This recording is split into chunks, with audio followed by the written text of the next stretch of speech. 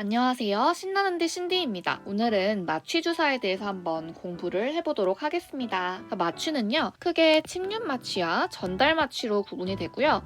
전달 마취는 또 네 가지로 구분이 됩니다. 그래서 뒷부분에서 하나씩 공부를 한번 해보도록 하고, 그다음에 자주 하는 진료는 아니지만 이제 외과 수술이라던가 치주 수술에 시행을 할 때 근육 주사를 처방을 하는 경우가 있습니다. 근육 주사에 대해서도 한번 공부를 해보도록 할게요. 그래서 먼저 마취는요, 마취 행위료와 마취할 때 사용하는 약제, 리도카인과 같은 약제, 그리고 이 리도카인을 관리하는 의약품 관리료로 구성되고 있습니다.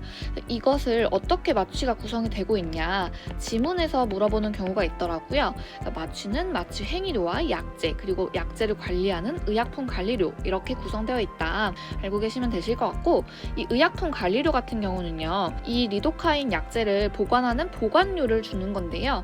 나이타이 파일과 마찬가지로 1회만 청구가 가능합니다. 그래서 간혹 오전에 치료를 받고 가셨는데 너무 아파서 오후에 재방문하시는 거예요. 그래서 마취를 2번 시행하게 되더라도 이 의약품 관리료는 하루에 한 번만 청구가 가능합니다. 그리고 마취 같은 경우는요, 동일 목적, 동일 부위에 2가지 이상의 마취를 시행했을 때 주된 마취만 인정이 됩니다. 그래서 원장님들이 침륜 마취를 시행을 하고 났는데 환자분들이 아파요 라고 호소를 하시면 한 번 더 전달 마취로 진행이 되잖아요. 그럴 경우에는 비용이 더 비싼 전달 마취 한 번만 청구가 되고요. 단 이때 앰플 개수는 개수대로 산정이 가능합니다. 그래서 이 앰플이 한 개당 거의 300원에서 400원 정도 꼴이 되거든요. 10개만 해도 벌써 3,000원이죠. 그래서 이게 앰플 개수를 청구하실 때 누락하시는 경우가 많은데 꼭 마지막에 체킹을 해주셔야 되십니다. 그 다음에 마취 같은 경우는요, 표면 마취는 산정이 불가해요. 그래서 아프지 않게 하기 위해서 약을 먼저 바르고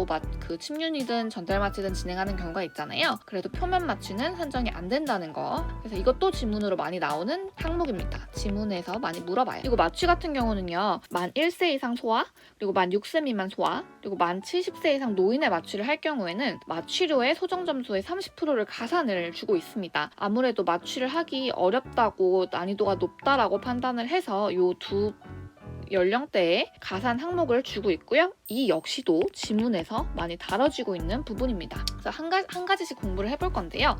먼저 침륜 마취입니다.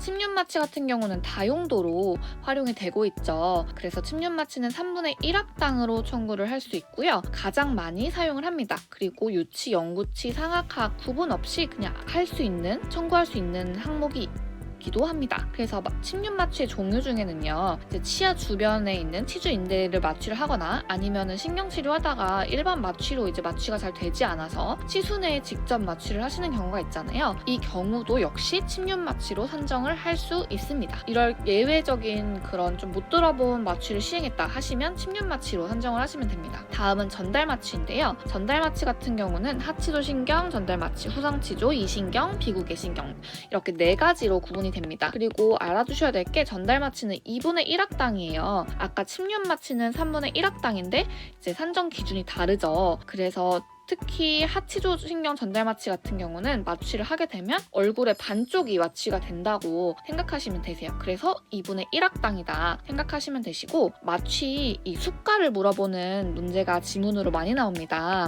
그래서 일단 침륜 마취가 제일 저렴하고요. 그 다음에 나머지 그 전달 마취는 비용이 가장 비슷한데 다 똑같아요. 그런데 이 하치조 신경 전달 마취가 마취 중에 제일 비쌉니다. 아무래도 난이도가 높기 때문인데요. 잘못하다가 부작용이 생길 수 있죠. 이 하치조 신경 전달 마취가 비용이 제일 비싸다는 거 하나 알고 계시면 될 것 같아요. 한 가지씩 공부를 해볼 건데요. 먼저 하치조 신경 전달 마취입니다. 하치조 신경 전달 마취 같은 경우는요, 하악 전체를 마취하는 것으로 하악 구치부 치료, 보통 매복 발치할 때도 많이 청구를 하죠. 그리고 이 하치조 신경 같은 경우는 하악 유구치에 청구를 할 수가 있어요. 그래서 이게 지문으로 많이 나오기 때문에 하악 유구치는 청구할 수 있는 게 하치조 신경 전달 마취다 기억해주세요. 그리고 후상치조 전달 마취는 상악 구치 부위 마취를 시행을 하는데 하치조 전달 마취와의 차이점이 상악 유구치에는 산정을 할 수 없어요. 그래서 지문에서 어떻게 물어보냐면요, 그래서 지문에 상악 유구치 마취는 후상치조 전달 마취가 청구가 가능하다 이렇게 물어보면 그 질문은 틀린 거겠죠. 그래서 유치의 불락 마취는